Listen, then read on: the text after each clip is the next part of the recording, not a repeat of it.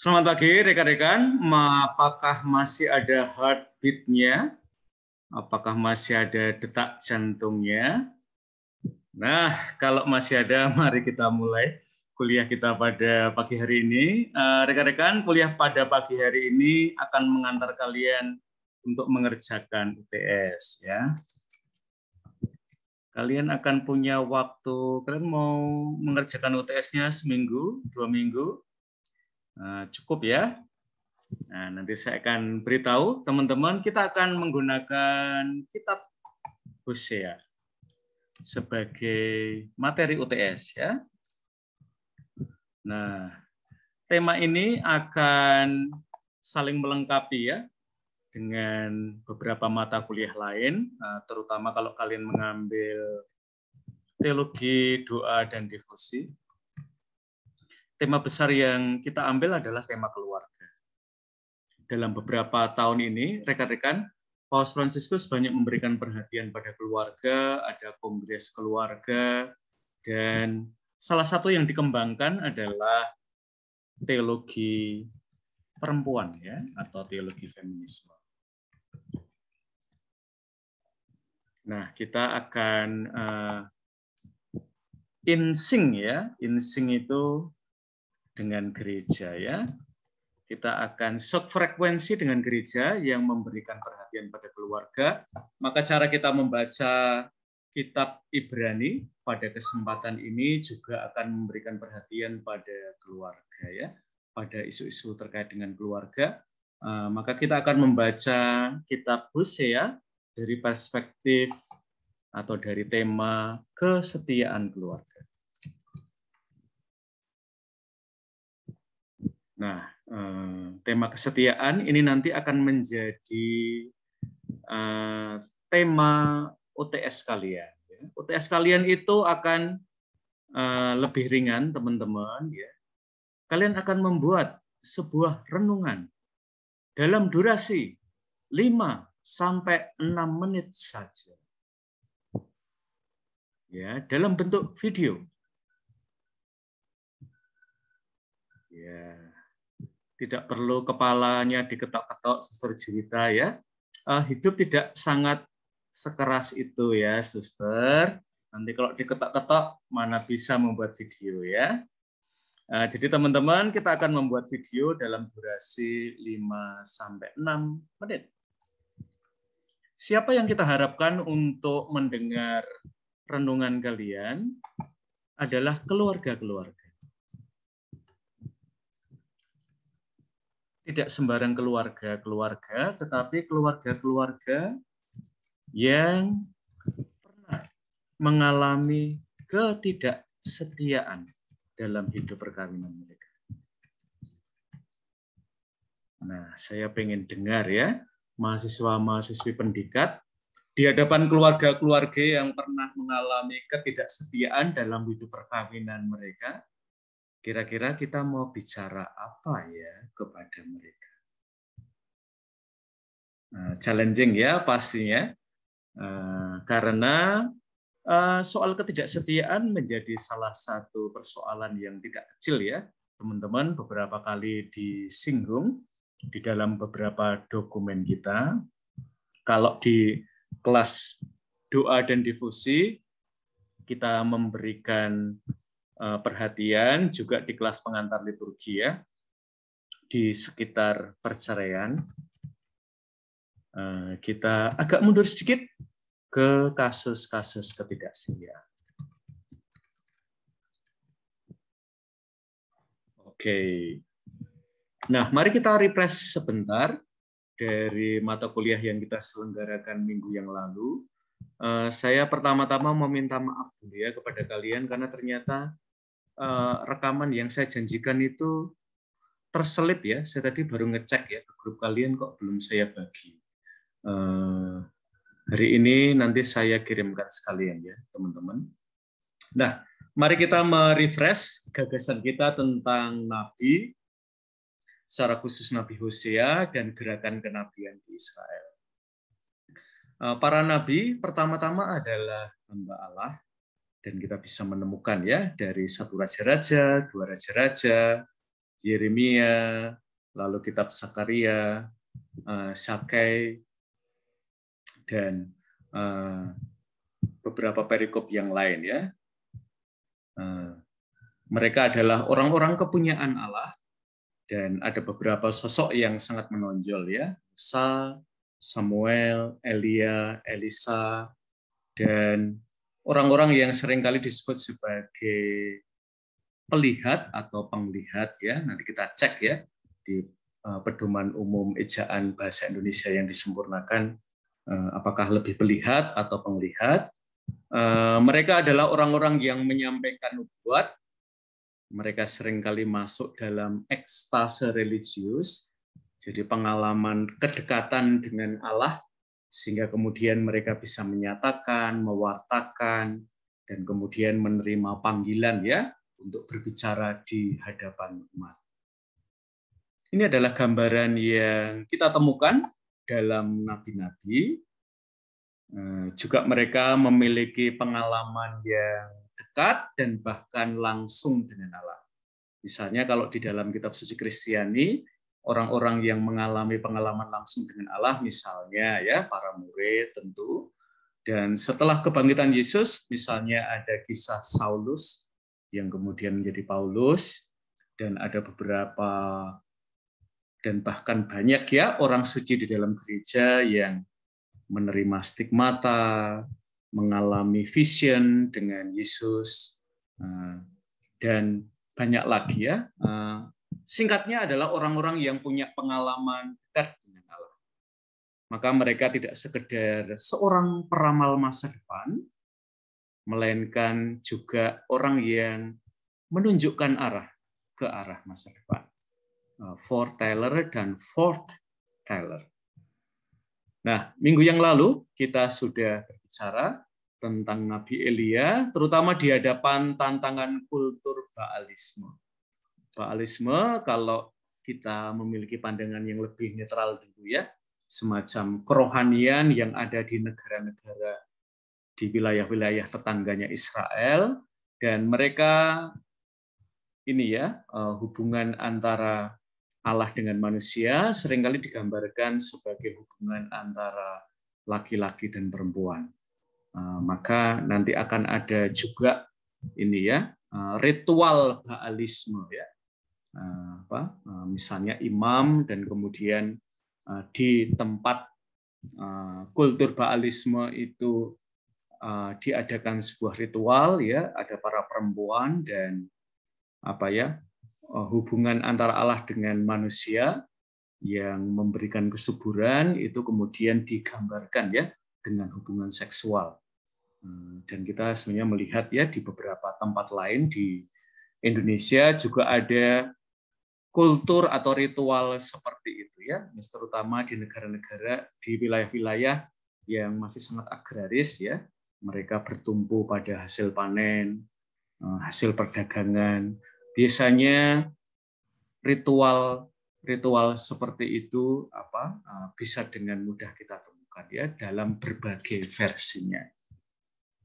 Maka di tengah-tengah kultur Baalisme itu kemudian ada krisis religius, dan seringkali krisis itu menjadi lebih ekstrem ya dengan kehancuran Israel dan bahkan pembuangan. Maka kita kemudian melihat ada nabi-nabi yang muncul di tengah-tengah krisis itu. Salah satunya tentu adalah Hosea ya.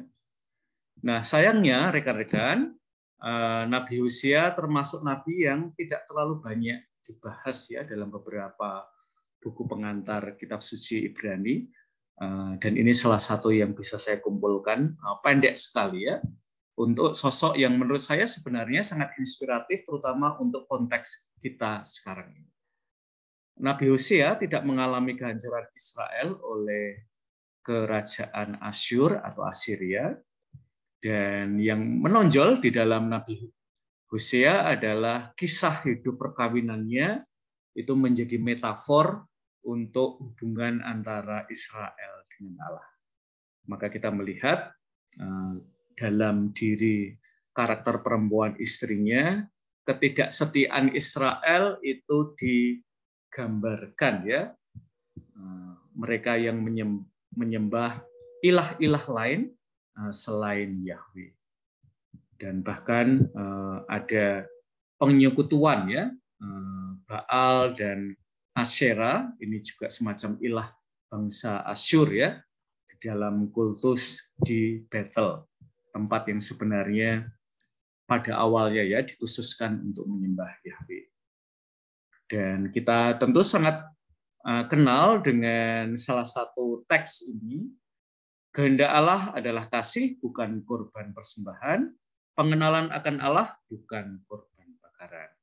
Nah, kita akan belajar, teman-teman, kira-kira tema apa sih yang bisa kita angkat, terutama untuk konteks kekinian. Ya. Nah, beberapa tahun yang lalu ya, ada sebuah lagu yang sangat terkenal, terutama karena yang menyanyikan, yaitu Baek Ji Young ya. Dia waktu itu pernah video kasus ini ya, hubungan seksualnya itu bocor ya di media dan kemudian tersebar luas, dan itu membuat dia sangat shock ya dengan kasus yang dia alami. Dan kemudian lagu ini menjadi sangat populer karena berbicara banyak tentang pergumulan dia pada masa-masa di mana publik itu bisa melihat ya video hubungan seksual dia dalam durasi yang terbilang panjang, tersebar sangat luas di kalangan publik, termasuk di Indonesia ya. Maka lagu ini punya arti tertentu ya, bahwa dia berusaha untuk bangkit dari. Oke, mari kita sekarang brainstorming dulu, rekan-rekan. Kalau kalian belum ada kitab suci di samping kalian, kalian bisa ambil dan silahkan langsung membuka kitab Hosea ya. Silahkan kalian membuka kitab Hosea. Ada 13 bab dari kitab 14 yang bisa kita pakai ya untuk mencari inspirasi. Nah, sebelum kita membaca perikop dari kitab Hosea, nah teman-teman, kalau kalian diminta untuk memberikan renungan pada keluarga-keluarga yang pernah mengalami ketidaksetiaan dalam hidup perkawinan mereka, kira-kira kalian mau omong apa ya?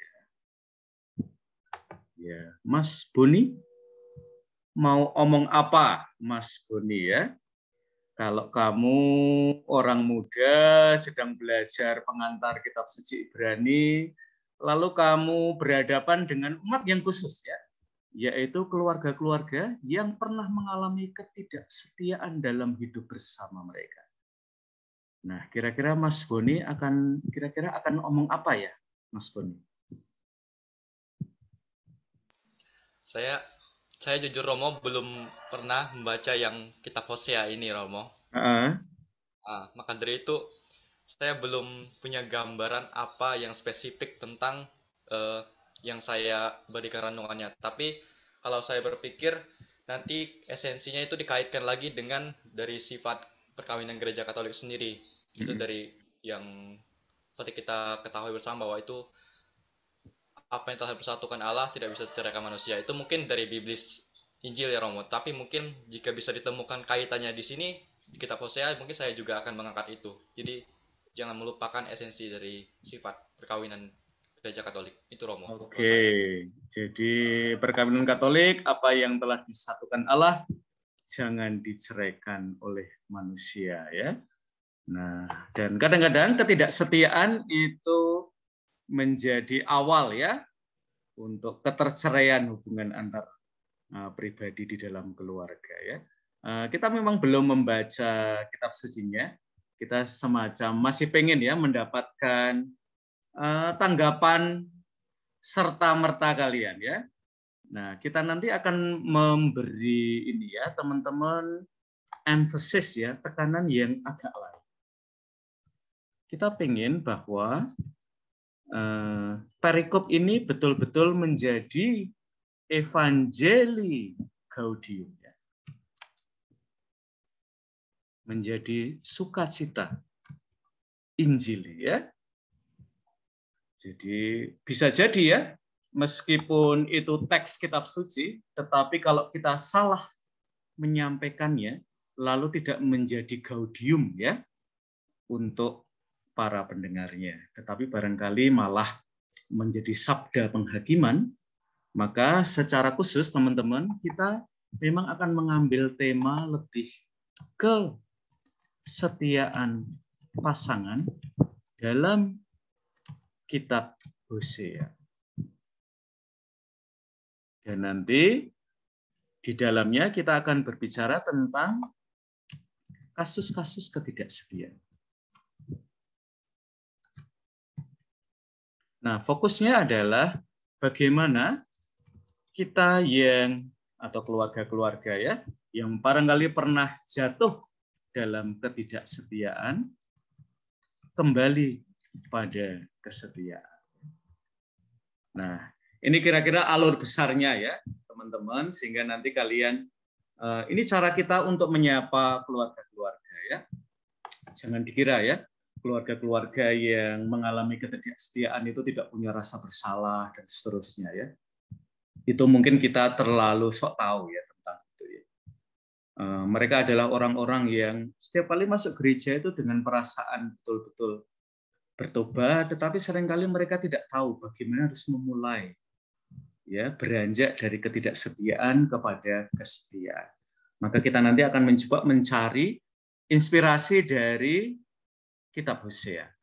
Apa yang ditawarkan oleh Hosea, terutama kalau kita ketemu tidak hanya dengan tokoh Gomer ya, istrinya Hosea yang bertindak tidak setia, dan sebenarnya itu metafor ya untuk ketidaksetiaan Israel terhadap Allah, melainkan juga keluarga-keluarga dengan nama-nama yang ada pada mereka, bagaimana kita bisa membantu mereka. Jadi tone-nya lebih positif ya teman-teman ya. Kita tidak akan marah-marahin keluarga-keluarga ya. Tetapi kita bisa membantu mereka ya, dan mudah-mudahan ya nanti kalau setiap orang dari kalian punya video dan sama-sama kita serbu ya YouTube dengan video-video kalian. Tidak usah kalian mengerahkan massa untuk nonton video kalian ya. Biarkan video itu secara natural ditonton atau belum ditonton oleh orang ya. Jadi jangan nanti satu lingkungan kalian gerakkan untuk nonton videonya ya, tidak harus ya. Saya tidak akan menilai kalian berdasarkan viralitas video kalian. Yang penting kalian punya kontribusi ya. Siapa tahu ya nanti kalau ada umat yang tanya-tanya, Romo kami punya persoalan ini, coba cari ya tema tentang kesetiaan pasangan di YouTube ya. Nah, nanti video kalian muncul semua ya. Ada 62 ya. Wah, nanti tuh seminggu nggak selesai loh teman-teman ditonton ya. Nah, kita mau memberi agar evangelii itu betul-betul menjadi gaudium ya bagi umat kita. Oke, terima kasih Mas Boni, Mbak Mei. Kira-kira sepintas ya Mbak Mei, kalau kamu dihadapkan dengan keluarga-keluarga yang mengalami ketidaksetiaan, kira-kira Mbak Mei mau ngomong apa sih pada keluarga-keluarga itu? Yang ingin saya omongkan yang pertama ya, keluarga itu atau salah satu pasangannya harus datang kepada Tuhan, kembali lagi kepada Tuhan, karena keluarga itu bukan hanya keluarga, tapi keluarga itu ya keluarga Nazaret gitu. Jadi kalau sampai ada ketidaksetiaan, berarti di dalam keluarga itu tidak ada doa bersama atau ingat kepada Tuhan, itu nggak ada. Jadi ditekankan lagi untuk kembali kepada Tuhan. Oke ya, ada banyak role model ya. Nanti teks yang saya bagikan kepada kalian ini adalah juga sebuah usaha ya. Sebentar, saya coba cari. Ini adalah salah satu yang sudah ada ya teman-teman. Di teks kalian mungkin belum ada. Oh, yang ini saya kira sudah ada ya. Jadi ini adalah sebuah usaha yang pernah dilakukan oleh Keuskupan Timika. Dan segmennya adalah orang muda Katolik ya. Saya coba baca-baca bahkan diterbitkan oleh LBI ya. Lalu, nah nanti yang akan kalian lakukan adalah terutama pada bagian memberikan renungannya ya. Nah, dalam durasi 5-6, 5-7 menit ya. Kalian berangkat aja ya dari fenomena keluarga-keluarga yang mengalami ketidaksetiaan dalam hidup perkawinan mereka ya. Lalu kalian mencoba menghubungkannya dengan perikop kitab suci. Nah, perikop kitab suci yang akan kita bahas tidak dari kitab suci Kristiani ya, itu sudah kalian pelajari semester yang lalu dengan dosen. Pada semester ini kita akan menggunakan kitab Hosea secara khusus ya. Meskipun tentu tetap boleh disebut ya, misalnya keluarga Nasaret ya, tetapi fokusnya adalah kitab Hosea, salah satu kitab yang berbicara tentang kesetiaan pasangan, sekaligus tragedi ketidaksetiaan pasangan dan bagaimana keluarga yang tidak setia itu berusaha untuk kembali pada kesetiaan dalam hidup berkeluarga juga kepada Allah ya. Nah ini ya, kita coba aja ya keluarga ya, misalnya kita lihat ke 29 ya, agar kalian dapat bayangan ya. Oke, tadi Boni juga sudah menyinggung ya, yang sudah disatukan Allah jangan diceraikan oleh manusia. Oke, sekarang mari kita baca per paragraf ya teman-teman untuk dapat gambaran bagaimana teks ini dibaca ya. Oke, sebentar.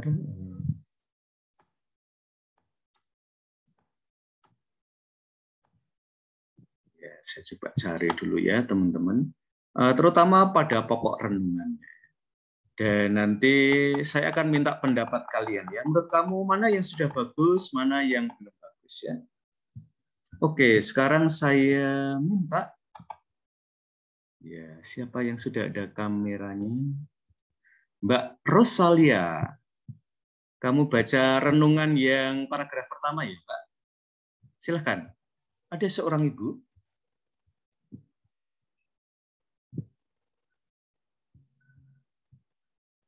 Kelihatan? Yang mana tadi, Romo? Ada seorang ibu, renungan. Ada seorang ibu yang memelihara ayam lumayan banyak. Setiap hari Minggu, ia menyesali ayam-ayamnya yang tetap saja bertelur. Padahal baginya hari Minggu adalah hari Tuhan.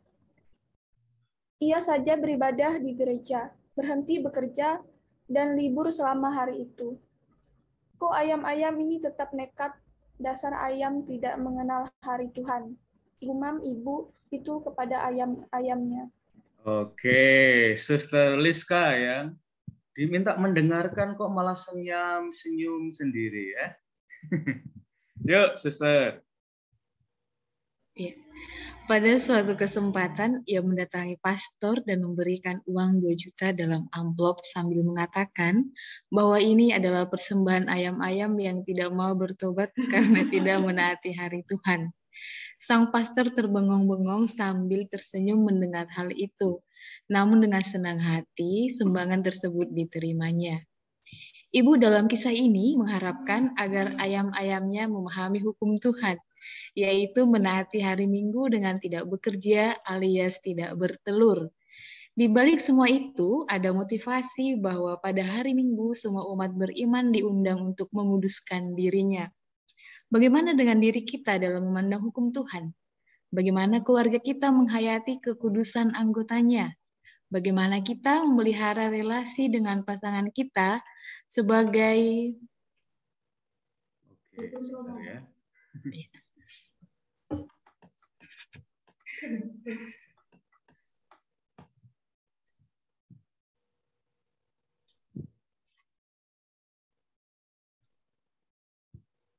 Sebagai bentuk kesetiaan satu sama lain? Iya, sebagai bentuk kesetiaan satu sama lain. Oke, cukup, Suster. Sekarang silakan Suster Dominik dan Suster Salva masing-masing satu paragraf ya. Ya Romo, sebelumnya minta maaf Suster Salva lagi ke toilet Romo. Oke, kita tunggu Suster Jadi Salva saya dari toilet ya. dulu. Mungkin sedang bertelur pada hari Sabtu.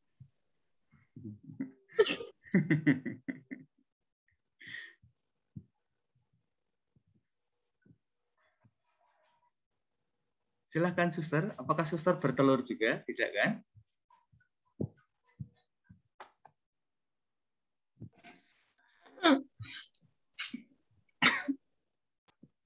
Silakan terus. Efesus bab 5 ayat 21 sampai lanjutkan ayat berapa nih? 5 ayat 21 sampai Efesus 6 ayat 4. 6 ayat 4 berisi ajaran yang kaya tentang jalan menuju kekudusan, yaitu melalui kehidupan berkeluarga yang menghargai sakramen perkawinan. Di dalamnya kita menemukan dasar biblis, pemahaman gereja tentang perkawinan sebagai sakramen dan hubungan kasih suami istri yang menyerupai hubungan kasih antara Yesus Kristus dan jemaatnya. Paulus mengambil pengajaran ini dari tata relasi keluarga yang dipakai oleh budaya-budaya yang ada di sekitarnya pada abad pertama. Namun kita harus bersyukur bahwa ia telah memberi warna baru terhadap relasi kasih suami istri dengan menempatkan kasih Kristus sebagai modelnya. Lanjut, Romo. Lanjut. Ya.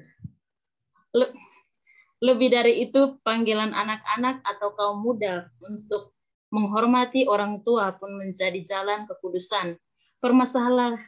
Permasalahannya adalah perubahan-perubahan nilai budaya modern cenderung mendorong kaum muda kurang menghargai dan menghormati hukum Tuhan, orang tua, dan nilai-nilai yang ada dalam suatu kebudayaan. Selain itu, tanggung jawab orang tua untuk mendidik anak dalam hukum Tuhan menjadi tugas yang sulit untuk dijalankan, padahal itu sangat vital dalam kekatolikan. Ketika dunia dan media massa menawarkan nilai-nilai yang berbeda, bahkan bertentangan dengan nilai-nilai Kristiani, orang tua diharapkan mampu memberi pengaruh agar orang muda tidak bingung dalam memilih jalannya. Mari Om lanjut. Oke.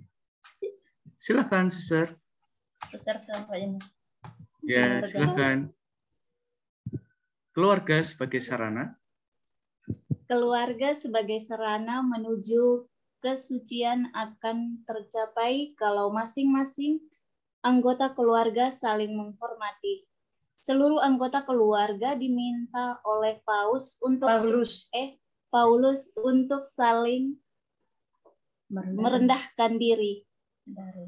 Dari konteksnya menjadi jelas bahwa yang dimaksud adalah terletak takluk dan tunduk dengan sukarela. Paulus dalam Efesus bab 4 ayat 2 menasihati jemaat untuk selalu rendah hati, lemah lembut, dan sabar. Kerendahan hati sangat penting dalam membangun relasi yang harmonis. Ia mengajarkan agar orang rendah hati seperti Yesus yang merendahkan dirinya dengan menjadi sama seperti manusia. Dengan demikian, kerendahan hati berarti menganggap yang lain lebih utama dari diri sendiri dan peduli akan kepentingan orang lain. Filipi bab 2 ayat 3 sampai 8. Pengorbanan Yesus di salib menyucikan kita. Karunia Roh-Nya menghiasi keluarga-keluarga kita dengan semarak. Oke ya, teman-teman, itu adalah renungan yang ditawarkan kepada kita. Nah, renungannya itu ada dalam bahasa tertulis, disampaikan kepada orang muda, dan kalian tadi sudah mendengarkan isinya. Nah, kita akan meminta pendapat kalian ya. Kira-kira kalau pesan itu diberikan kepada orang muda, kira-kira menarik tidak sih? Nah, kalau kurang menarik, mengapa? Karena nanti kalian akan mengubahnya dalam bentuk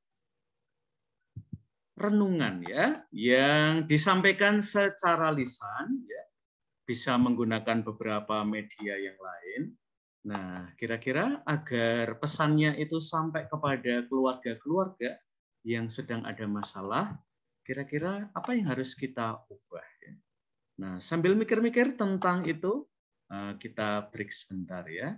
Kita pengen mendengarkan sebuah lagu dari siapa ya?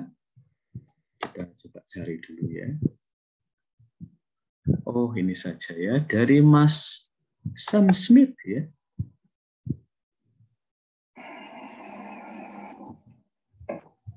I made you breakfast, by the way. Okay, I'm in a bit of a rush, but Okay, yeah, it's fine. Give me a kiss.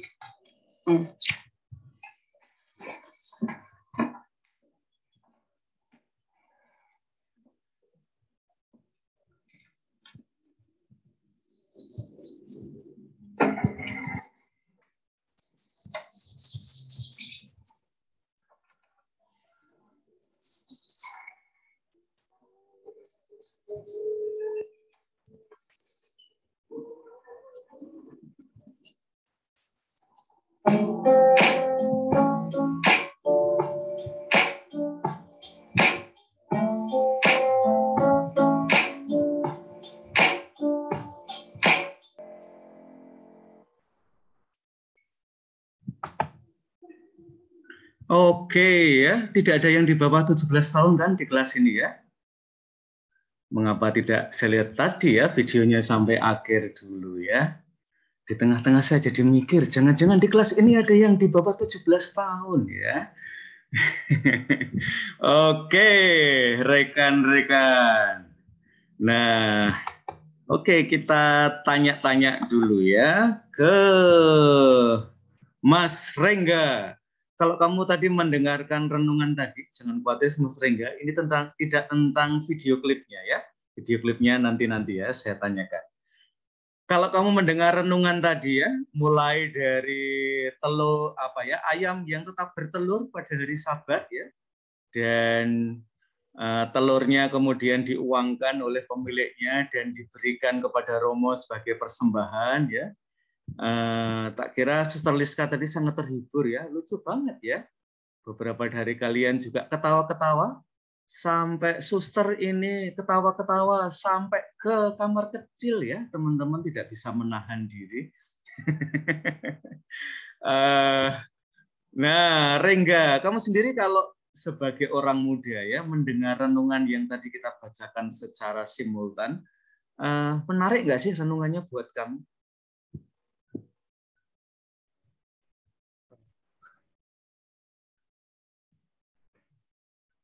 Menurut saya tadi ya cukup menarik karena di depan diberi ilustrasi. Oke. Renungannya itu. Jadi di depan ada ilustrasinya ya. Nah, sekarang ini ya, terutama teman-teman nanti kalau kalian mengambil mata kuliah saya, katekese dan narasi ya. Narasi pada paragraf awal ya.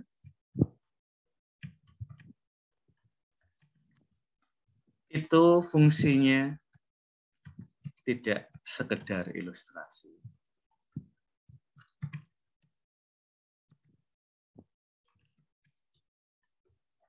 Nah, tetapi isi dari pesan itu sudah mulai kita singkap di situ ya. Jadi ini tidak sekedar ya kembang-kembang ya. Ilustrasi itu kan seperti bunga-bunga di dalam renungan kita ya. Tetapi ada sesuatu yang menyingkap ya tema yang hendak kita bicarakan. Maka narasi itu tidak sekedar kita tempatkan sebagai ilustrasi ya, pokoknya untuk mengawali ya, tetapi sudah ada sesuatu yang menghantar kita pada tema itu. Oke, apalagi Rengga yang bisa dikatakan?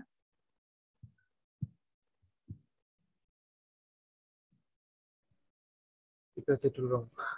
Oke, nah sekarang saya langsung tanya pada Rengga ya.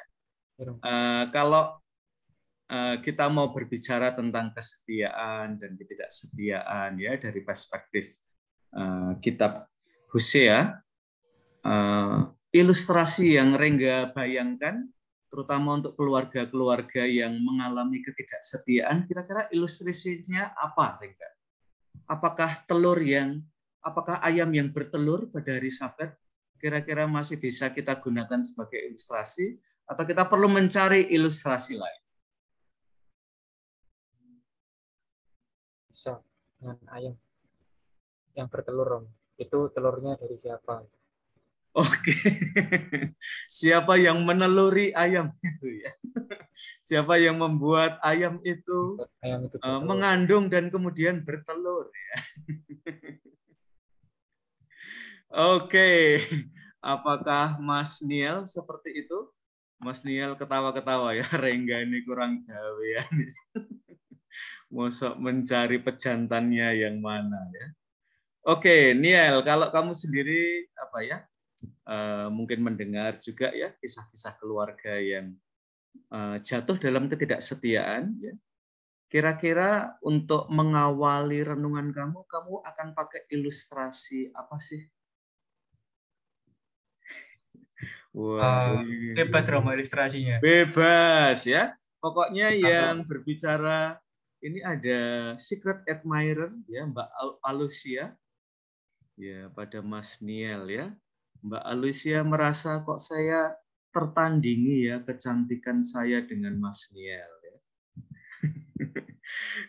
Mbak Alusia, Anda masih sehat? Sehat, Mo. Oke. Ya, silakan Niel. Kalau saya sih tentang kesetiaan dalam keluarga itu ini Romo, ada film dulu series namanya Layangan Putus judulnya. Oke, Layangan Putus ya. Ya. Karakter mana yang akan kamu jadikan lead-nya? Jadi akan kamu jadikan tokoh utamanya?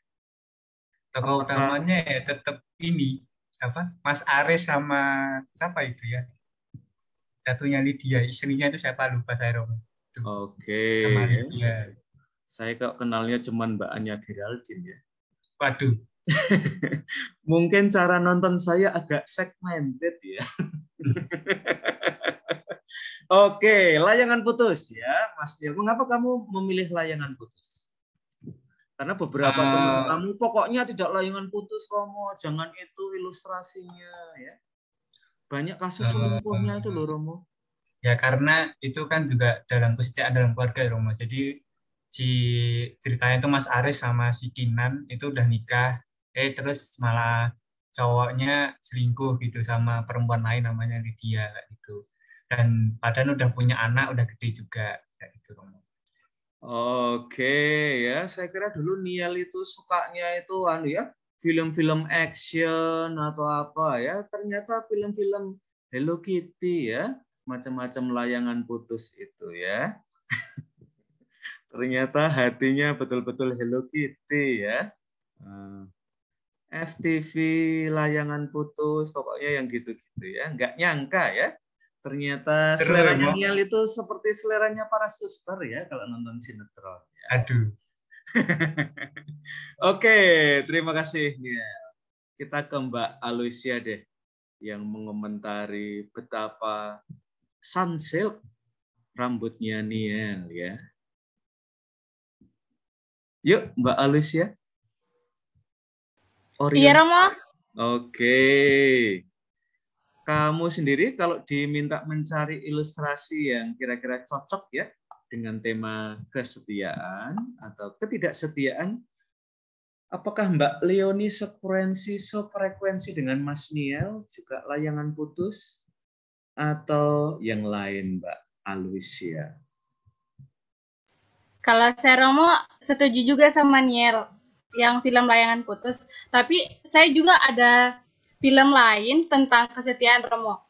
Dan juga itu mengangkat kisah dari Hosea sendiri. Judulnya Redeeming Love. Oke, diceritain dong. Kelihatannya saya belum pernah nonton. Itu film baru mau tahun ini. Nah, itu ceritanya Michael Hosea itu dia menemukan perempuan sundal atau perempuan sundal. Kemudian dia memperbaiki perempuan itu jadi istrinya, begitu Romo. Oke, jadi kisahnya hampir sama persis ya dengan yang ada dalam kitab Hosea ya. Kelihatannya saya lihat di YouTube cuman nggak tak tonton ya, karena durasinya. Nonton Mo, itu recommended banget. Banyak loh yang nonton Romo di kelas. Salah satunya Anastasia Gracia Romo. Oke, waktu itu kamu nonton untuk kelas apa? Nontonnya baru minggu lalu Romo. Untuk kelas? Nonton sendiri. Bukan di kelas. Sendiri. Oke deh. Oke, terima kasih Mbak Alusia Orioni ya. Jadi ilustrasi itu tidak harus sama plek ya, tidak harus sama persis, tetapi bisa sesuatu yang nampaknya nggak ada hubungannya. Tapi sebenarnya nanti kalau kita sudah agak lama omong, ternyata ada hubungannya ya. Nah, bisa juga sesuatu yang langsung ada hubungannya jelas banget, seperti yang disampaikan oleh Mbak Alusia Orioni. Jadi tentang Hosea, filmnya juga tentang Hosea ya. Nah, ini nanti punya segmen tertentu ya, teman-teman. Nah, Redeeming Love ya, cinta yang menebus ya. Oke. Sekarang kita ke Suster Juwita Gultom.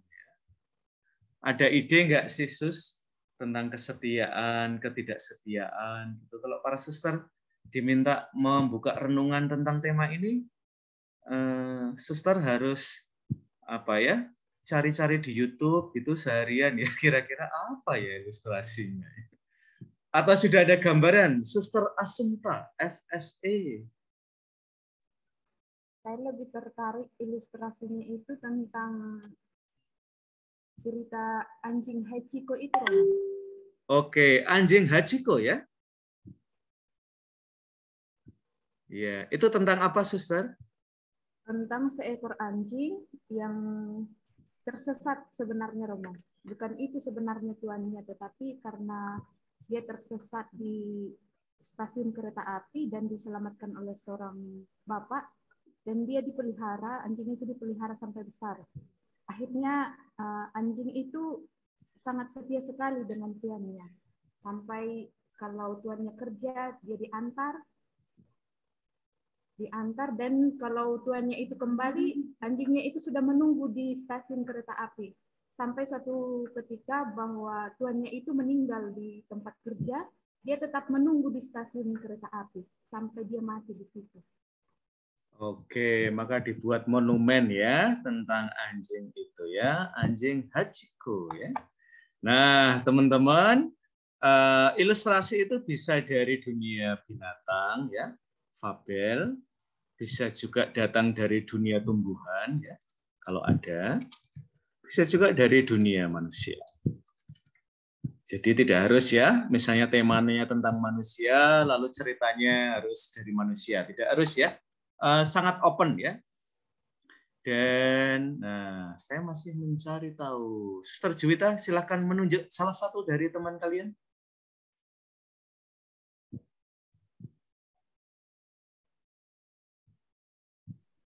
Suster Mathildis, apakah ada? Suster Mathildis ya.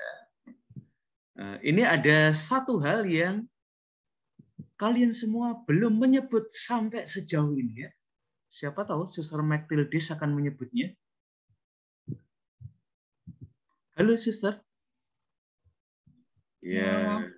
Apakah akan cerita Hachiko juga atau sesuatu yang lain, Suster? Tidak, Romo. Tadi ketika dari penjelasan Romo bahwa kadang ketidaksetiaan itu justru menjadi acuan untuk lebih setia, Romo. Saya malah terinspirasi dari kisah bencana tanah liat itu, Romo. Bencana tanah liat. Ya. Silakan kami disegarkan dengan kisah bencana tanah liat, Suster. dalam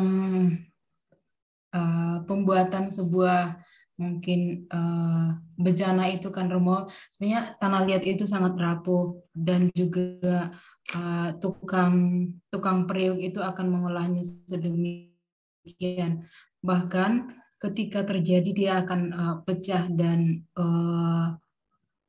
tukang seniman atau pembuat mungkin satu benda lain akan mengukirnya menjadi lebih baik. Nah, demikian juga dalam mungkin keterpecahan suatu keluarga, dari situ banyak hal-hal yang dipelajari ketika ada saling keterbukaan dan saling menerima kekurangan maupun kelebihan. Oke, Suster ini sekarang sudah di Jogja atau belum sih, Suster? Sedang berada di Jogja, Romo. Sedang berada di Jogja. Pernah ke Kasongan belum, Suster? Belum, Romo. Nah, Mbok nanti ngajak Mas Rengga atau Mas Niel, ya, atau Mas Boni, diantar ke sana, Sus. Karena di sana ada banyak pembuat gerabah, ya. Nah, nanti Suster bisa melihat dari dekat ya, pembuatan keramik-keramik itu ya, Suster ya. Para pembuat bejana ya. Nah, kadang-kadang ini ya, teman-teman, agar perhatian para pendengar itu tidak terlalu tersebar, melainkan fokus. Maka misalnya, kalau kita sudah mengambil dari Hosea, kitab sucinya, mungkin baik kalau kita tidak mengambil dari kitab suci yang lain. Agar tidak terlalu menyebar aja. Tapi sebenarnya kan Suster Hendrawati mau bicara soal tukang periuk ya. Jadi ini seringkali dipakai untuk hidup membiara ya, kelihatannya bahwa diri kita itu manusia-manusia yang rapuh ya, tetapi berani bergaul ya. Biasanya kalau para suster merenungkan teks ini ya, jadi melo guys ya, jadi terseduh-seduh ya. Saya ini periuk yang rapuh ya, yang kalau jatuh itu pecah. Maka harus hati-hati sekali ya. Suster dipegang hati-hati ya guys. Karena suster-suster itu seperti periuk ya, kalau jatuh nanti pecah ya.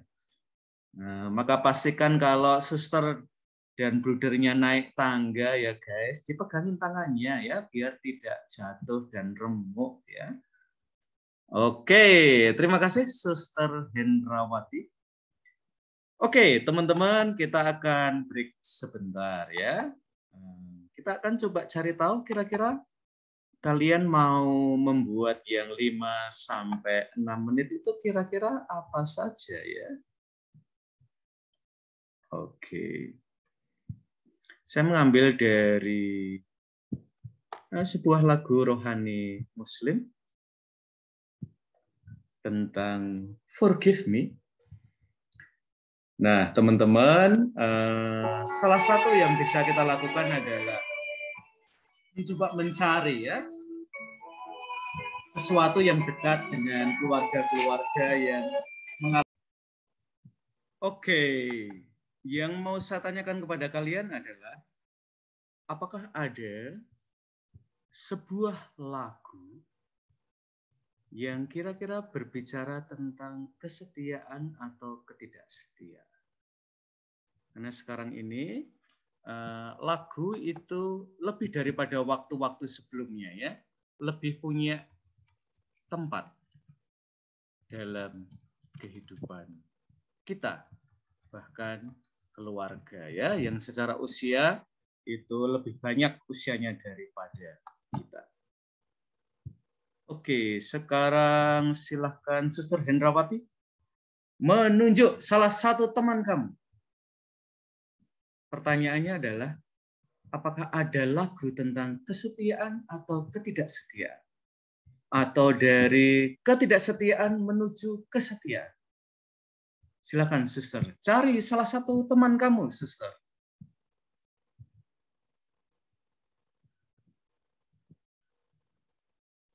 Aditya Priyaji, Romo. Oke, Aditya Priyaji.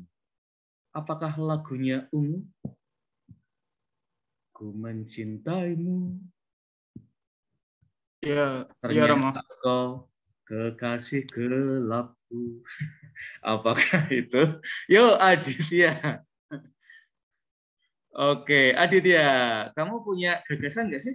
Sebuah lagu yang kira-kira bisa kita gunakan terkait dengan kesetiaan atau tentang ketidaksetiaan, atau kita beranjak dari tidak setia kepada kesetiaan? Ya kalau lagu secara khusus saya tidak ada ini ya Romo ya. Tetapi pasti banyak lagu-lagu yang membicarakan tentang kesetiaan di dalamnya begitu Romo. Oke, lagu yang langsung muncul dalam benak kamu apa sih Aditya? Yang kira-kira kamu anak keberapa sih Aditya dalam keluarga? Saya anak ketiga Romo. Oke, jadi ayah dan ibu kamu sudah lumayan berusia ya? Iya, betul Romo. Oke, mereka usianya sekarang ini berapa? Untuk bapak saya umurnya 58 dan ibu 56. Oke, kira-kira lagu yang didengarkan oleh bapak dan ibu kamu dan juga masih bisa kamu kenali gitu lagunya apa ya? Oh, kalau lagu banyak Romo ya. Kalau bapak dan ibu itu sukanya dengar lagu-lagu rohani seperti itu Romo. Oke, kalau lagu rohani gampang nggak sih menemukan tentang tema kesetiaan, ketidaksetiaan? Sebenarnya banyak Romo. Salah satunya yang saya ingat itu lagu Kasih Setiamu itu dari Maria Sandi. Oke. Kasih yang apa ya? Gimana ya? Kasih setiamu Tuhan. Waduh. Nah, ini fals saya mulai ketahuan ya. Nah. Yang itu ya. Oke, jadi nanti tergantung ya, buat Adit, barangkali kalau kamu membayangkan bahwa keluarga-keluarga yang mengalami ketidaksetiaan ini punya keakraban dengan lagu-lagu rohani, maka misalnya Adit bisa memanfaatkan itu ya, misalnya lagunya Maria Sandi ya. Pokoknya saya senandungnya bisa ya, tapi kalau pas keluar di mulut kok jadi fals ya. Ini ada ketidakkonekan di mana ya? Oke, Aditya. Yuk, Aditya, kamu boleh pilih teman kamu. Satu lagi. Saya memilih Feby Teresia, Rom. Oke, Mbak Feby Teresia.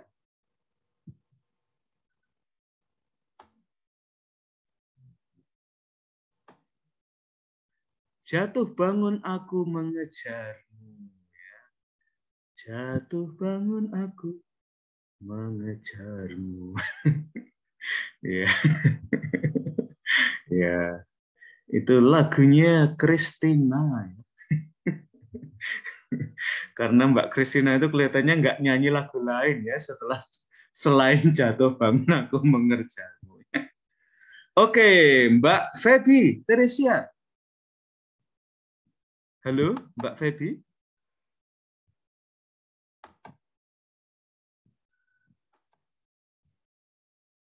Wah. Apakah Mbak Feby sedang mencari ilustrasi untuk renungan sampai keluar rumah ya? Mungkin seperti mencari Pokemon ya. Sampai keluar rumah mencari inspirasinya. Oke, Adit, kamu pilih yang lain aja. Francisca Octavia. Oke, Mbak Francisca Octavia. Ya, Mbak Francisca pagi hari ini pakai kacamata? Ya. Kacamata itu menurut beberapa survei ya, menambah kegantengan kita 10%. Ya, maka para Romo Yesuit itu dan para Buddha itu, para Yesuit itu gampang dikenali ya, pakai kacamata semua ya. Apakah ingin meningkatkan kegantengan mereka? Ya. Oke, Mbak Francisca Octavia. Tadi kalau Mas Aditya ini bapaknya umurnya hampir 60 ya, 58. Gitu. Kalau Mbak Francisca ini orang tua kamu usia berapa sih, Mbak? Apakah mereka seumuran dengan saya? 45 tahun, Romo. Oke, saya agak lebih tua dikit ya. Nah, kalau Mbak Francisca suka dengerin mereka ya, Mbak Francisca ya. Kira-kira mereka dengerin lagu apa sih Mbak Francisca kalau sehari-hari? Sehingga kalau Mbak Francisca itu nyari lagu terkait dengan setia atau tidak setia, lagu itu kayaknya akan lebih kena pada mereka ya. Lagu apa sih Mbak? Kalau tadi kan saya tuh nyoba-nyoba ya saya nyari di Google ya. Wah, Sam Smith kayaknya I'm Not the Only One ya. Nah, kayaknya saya pernah dengar sih ya. Lalu lagu yang agak lama ya, lagu Korea ya. Like Hit by a Bullet ya. Seperti ditembak oleh sebuah peluru ya. Nah, kalau Mbak Francisca Octavia atau lagunya Enrique Iglesias ya, saya senang banget lagu itu ya. Kalau saya sedang stres ya, ngerjain paper gitu, lagu itu tak putar-putar sepanjang hari.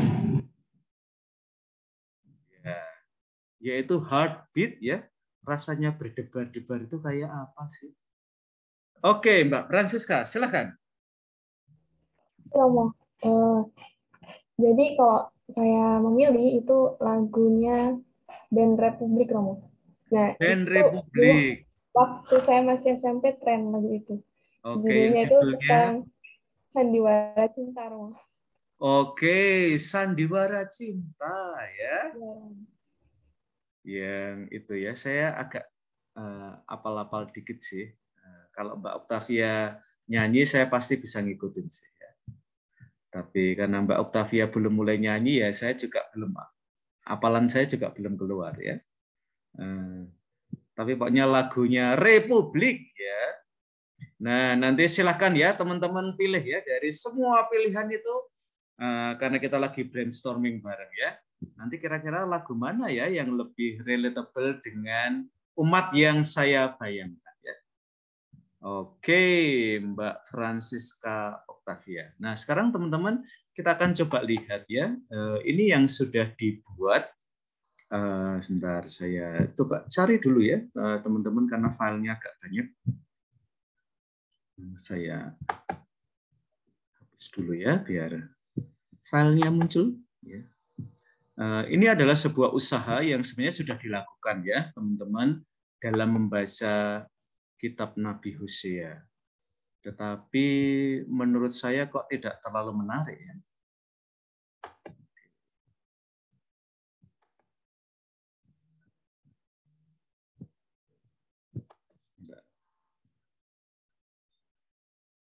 Ya, ini ya, teman-teman. Nah, yang dilakukan oleh para penulis dalam lagu ini malah memberikan kuliah kitab suci tentang Nabi Hosea ya. Maka menurut saya ya sudah, kita ini aja ya. Kita langsung lompat ke beberapa poin yang bisa kita jadikan fokus pengolahan ya. Tetapi menurut saya ya, Nabi Hosea ini belum banyak digarap ya di dalam renungan ini. Oke, mari kita baca dulu aja biar kita dapat sedikit pemahaman ya. Beberapa poin yang dapat dijadikan fokus ya. Silahkan sebentar ya, saya cari teman kalian.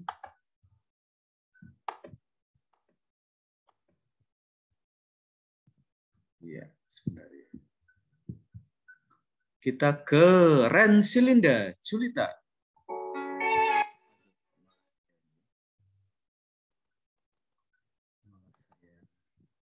Ini ya.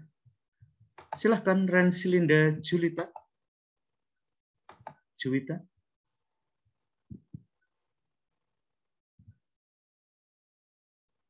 Rensilinda. Oke, sekarang ke Mbak Cindy Francisca aja. Silakan Mbak Cindy dibaca. Beberapa poin yang bisa dijadikan fokus pengolahan. Baik, Roma. Beberapa poin yang bisa dijadikan fokus pengolahan. Yang pertama, dalam relasi suami istri diperlukan sikap menerima kelebihan maupun kekurangan pasangan. Mudah menerima kelebihan, tetapi menerima kekurangan atau kesalahan diperlukan usaha keras dan rahmat Allah untuk melakukannya. Oke, yang kedua, Mbak. Silahkan lanjut, yang kedua. Yang kedua, dengan menikahi seorang perempuan sundal, Nabi Hosea diminta untuk mengangkat martabat seorang pendosa menjadi martabat anak Allah. Perintah ini tentulah tidak mudah dilakukan, terlebih kalau kita hanya mengutamakan harga diri dan gengsi. Nabi Hosea telah melakukan suatu keputusan yang tepat. Dia mengorbankan segala termasuk kekhawatiran untuk dihianati lagi, masa depannya dan kebahagiaannya. Oke, yang ketiga? Yang ketiga, penerimaan dan keberanian mengolah pengalaman pahit dalam hidup perkawinan membawa Nabi Hosea pada pengalaman lain yang jauh lebih dalam dan istimewa. Nabi Hosea dihantar pada suatu kebenaran sejati, di mana misteri Allah terkuak baginya. Ia mengalami pengalaman baru. Bagaimana Allah? Oke. Nomor keempat, Romo? Ya. Keempat, tuntunan Allah tampak nyata dalam kasih, ketaatan, dan pengenalan akan Allah. Apakah sudah ada di dalam ikatan relasi kita selama ini? Kalau kita hanya mengandalkan kekuatan kita sendiri, pastilah sangat sulit. Kita memerlukan kekuatan di luar diri kita. Dasar dari setiap pengampunan tidak lain adalah kasih, atau lebih tepatnya pengalaman hidup kita dikasihi dan diterima kembali oleh Allah.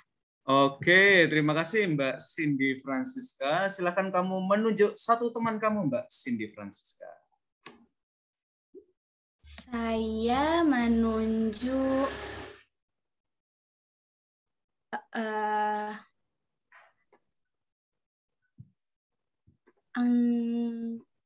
Bernadetta Aprilia. Oke, Mbak Bernadetta Aprilia. Kita akan melihat dinamika kelompoknya. Oke, Mbak Bernadetta, silakan dinamika kelompoknya ya. Ini bagian ilustrasi. Ilustrasi ini bisa ditaruh di depan ya, bisa juga nanti ditaruh di tengah-tengah ya antara beberapa hal yang sudah kita sampaikan, lalu kita menjadikannya lebih relatable dengan pembaca kita.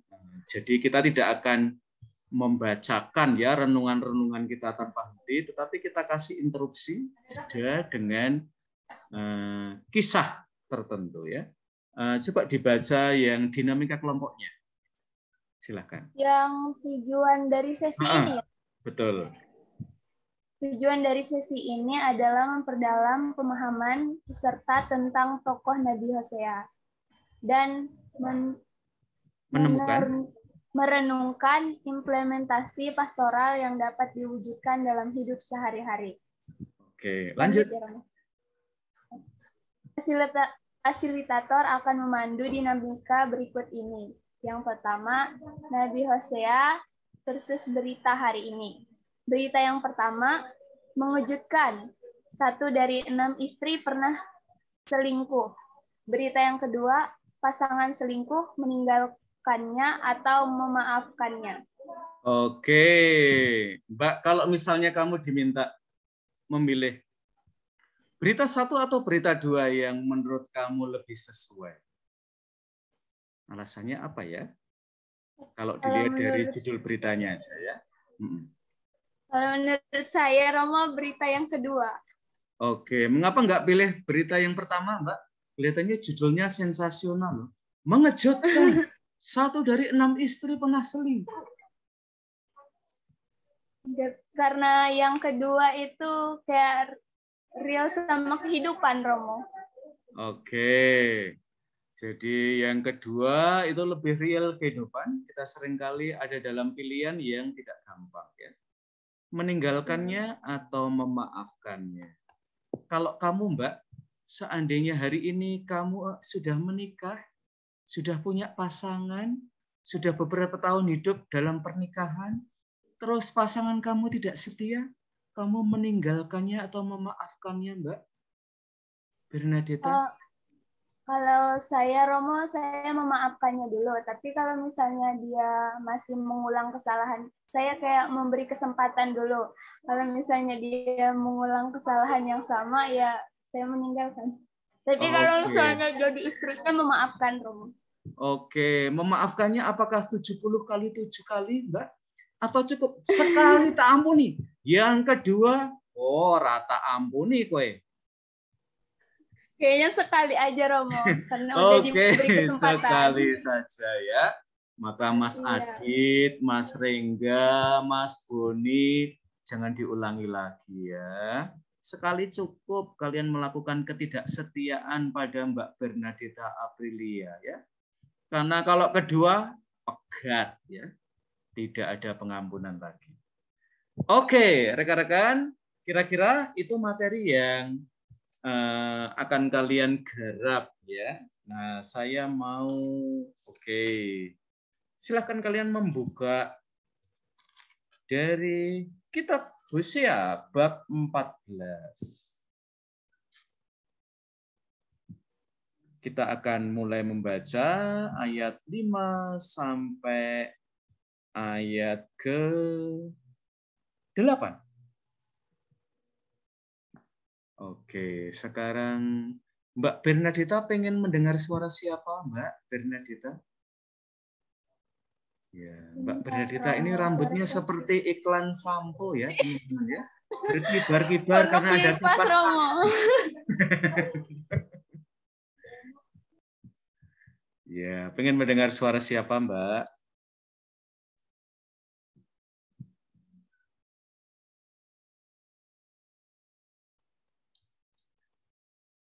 Sudah memilih Mbak Bernadita?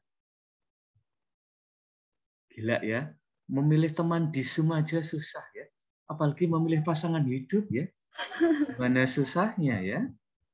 Shirley Romo. Oke, Mbak Shirley. Iya Romo. Oke, Mbak Shirley. Silakan. Maaf, saya nggak bisa hidup di kamera Romo. Oh, nggak apa-apa. Tapi bisa buka kitab suci toh, Mbak? Bisa, Romo. Oke, masih bisa memberikan hatimu pada saya toh, Mbak? Itu yang lebih penting ya, Mbak Shirley. Silakan, Mbak Shirley. Dibaca, Romo. Kitab Hosea bab 14 ayat 5 sampai 8. Aku akan memulihkan mereka dari penyelewengan. Aku akan mengasihi mereka dengan sukarela, sebab murkaku telah surut daripada mereka.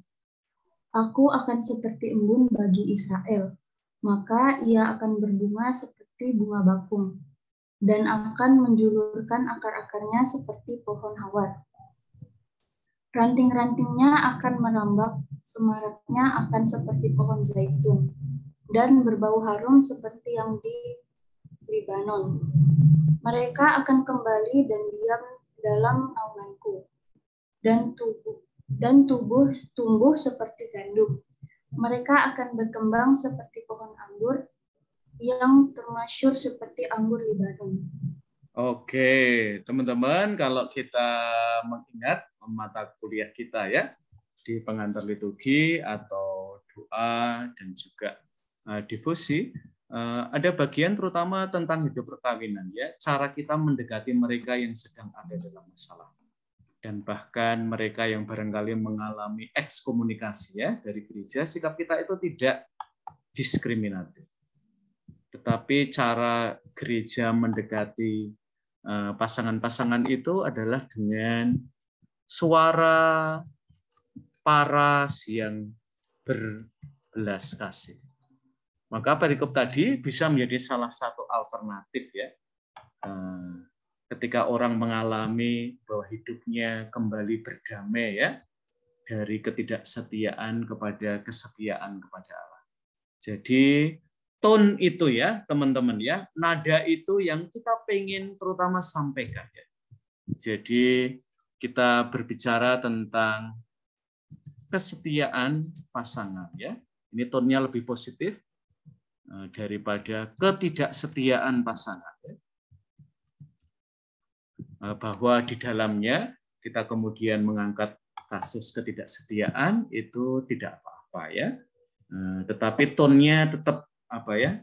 Tone yang memberikan kekuatan ya, terutama pada keluarga-keluarga yang sedang mengalami tragedi ketidaksetiaan pasangan. Oke, sejauh ini apakah ada pertanyaan terkait dengan tugas kalian?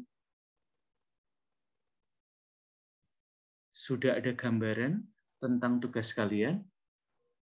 Silahkan buat yang ada pertanyaan, boleh raise your hand ya, biar saya tahu apakah kalian sudah paham semuanya tentang tugas yang perlu kalian laksanakan, atau masih ada detail-detail yang perlu kalian ajukan. Saya persilahkan langsung aja kalian raise hand dan kemudian kalian bisa menyalakan mikrofon kalian. Oke, silahkan yang siapa ini? Oke, silahkan. Yang ingin saya tanyakan di dalam video itu, apakah kita bisa membuat seperti gambar atau? Boleh, Sister. Ya, semakin kreatif semakin baik. Misalnya ada, saya harap ya, terutama kalau nanti kalian udah dapat beberapa mata kuliah lain ya, entah katekese audiovisual atau katekese digital atau pokoknya yang memampukan kalian untuk menjadikan tayangan kalian itu lebih menarik ya, lebih punya kemungkinan bahwa itu akan diakses orang ya. Nah, nanti teman-teman jangan lupa ya, ketika kalian menulis di bagian dan kemudian menguploadnya ke YouTube ya, sehingga nanti kalian di LMS itu tinggal memberi tautan kepada saya ya. Jadi nanti tinggal link tautan YouTube-nya itu ada di mana. Nah, buat kalian yang mungkin masih sangat pemula di YouTube ya, saya juga masih sangat pemula ya.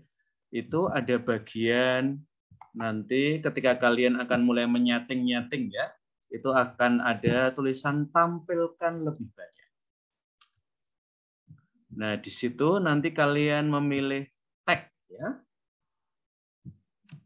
Jadi kalian mulai menuliskan kata-kata kunci yang membuat video kalian itu lebih gampang ditemukan. Misalnya kesetiaan.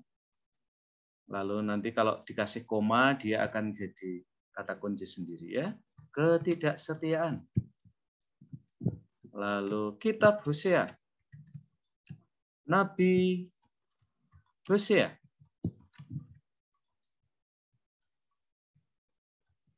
Gomer. Lalu Universitas Sanata Dharma.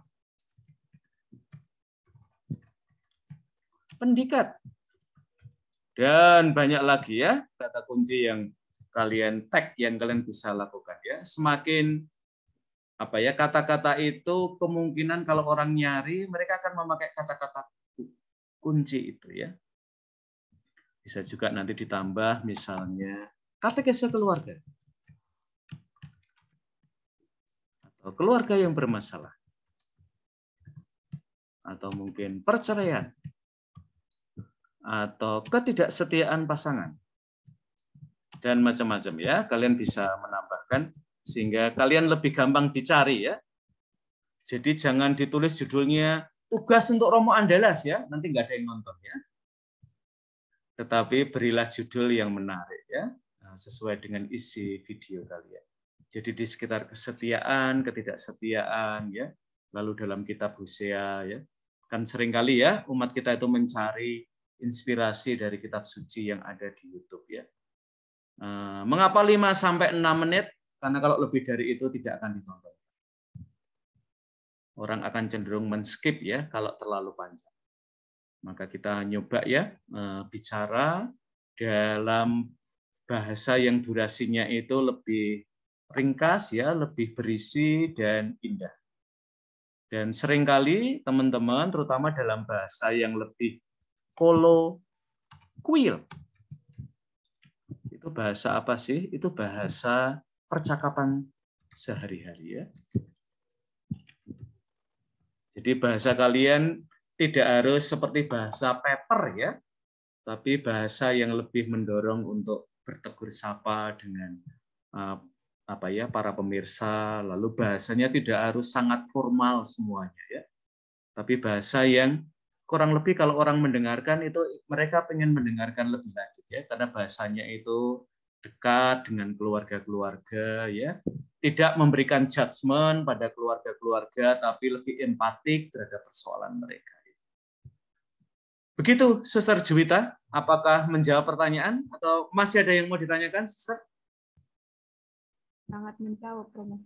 Oke, apakah ada pertanyaan lagi, teman-teman? Saya, Romo. Oke, silakan, Suster Liska. Ya. Itu kan durasinya 5-6 menit ya, Romo ya.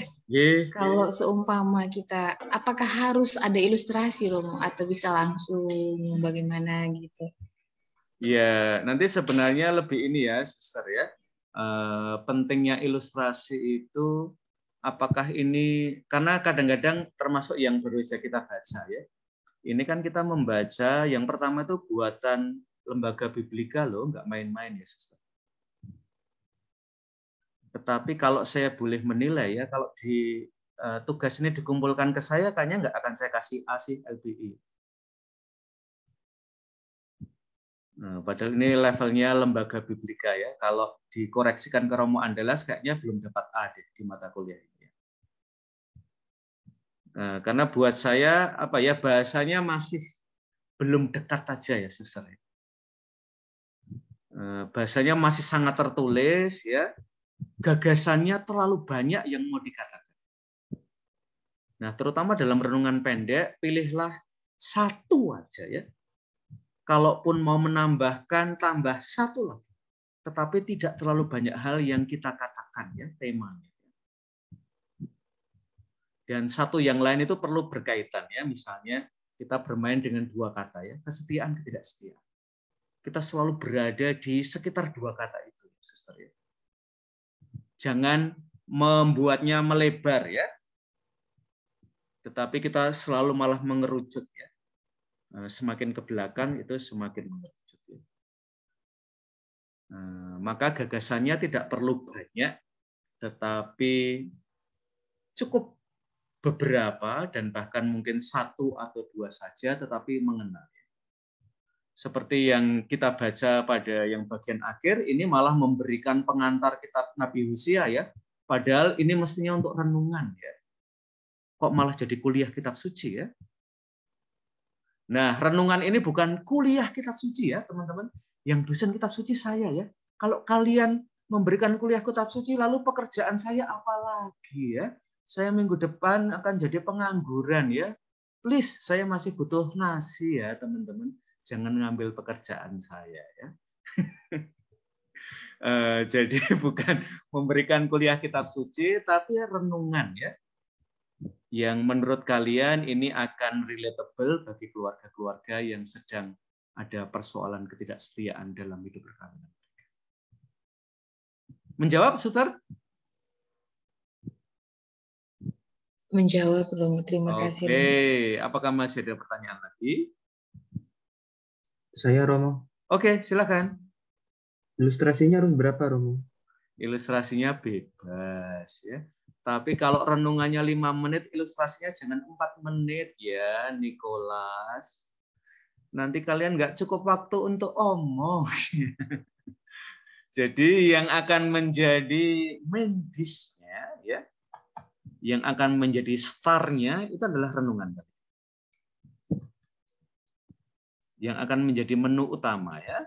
Maka jangan sampai waktunya menjadi terlalu sedikit ya. Tetapi juga tidak perlu bicaranya terlalu berkepanjangan. Jadi silahkan kalian melihat-lihat, kayaknya saya udah kebanyakan omong deh. Maka perlu kita beri interupsi apakah dengan lagu atau ilustrasi atau tulisan atau apa gitu ya. Boleh juga ya Suster Liska dan Suster Juwita ya. Waktu kita omong kita bisa memberikan kata kunci ya. Karena seringkali yang kita omongkan itu kan banyak. Cuman itu butuh kemampuan yang agak ekstra sedikit ya. Nah, mungkin nanti Suster bisa tanya teman-teman, caranya nambah tulisan di teks gimana ya?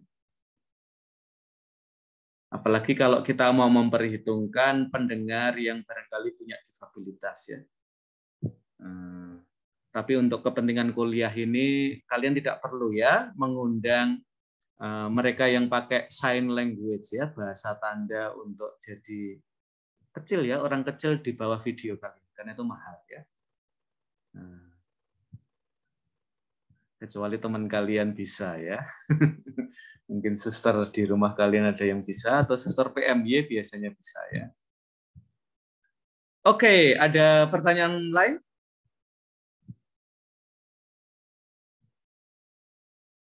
Kelihatannya sudah oke ya. Kalian mau mengerjakannya seminggu atau 2 minggu? 3 minggu Romo, bukan 3 minggu. 3 minggu bulan Romo. Bulan Romo sampai Ya lulus. wes, nggak apa-apa, teman-teman 3 minggu nggak apa-apa ya. Tetapi mungkin nanti kita akan karena kuliah harus ada yang harus tetap berjalan ya.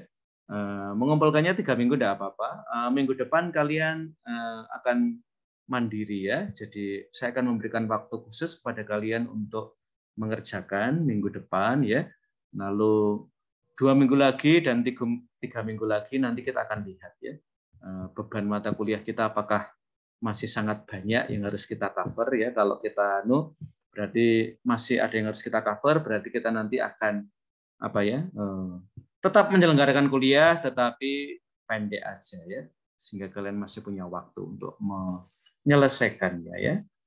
Dan selalu waktu yang lebih panjang berarti hasil yang lebih baik ya teman-teman. Oke, kayaknya sudah cukup ya teman-teman. Sudah jelas UTS kalian ya. Nanti akan saya beritahu ya tanggal deadline-nya. Untuk sementara kalian mengerjakan dulu saja, mencoba mencari-cari. Mungkin kalian juga bisa mencari inspirasi ya, terutama dari video-video di YouTube yang subscribe-nya banyak ya. Yang banyak ditonton juga ya. Kira-kira cara mereka menyampaikan pesan renungan dalam durasi yang pendek seperti itu. Gitu, teman-teman. Terima kasih atas perhatian kalian dan selamat bekerja ya, teman-teman. Silahkan melanjutkan aktivitas pembelajaran kalian. Terima kasih semuanya. Terima kasih Romo. Terima kasih Romo. Terima kasih Romo. Terima kasih Romo. Kalau ada pertanyaan, ditulis di grup ya guys.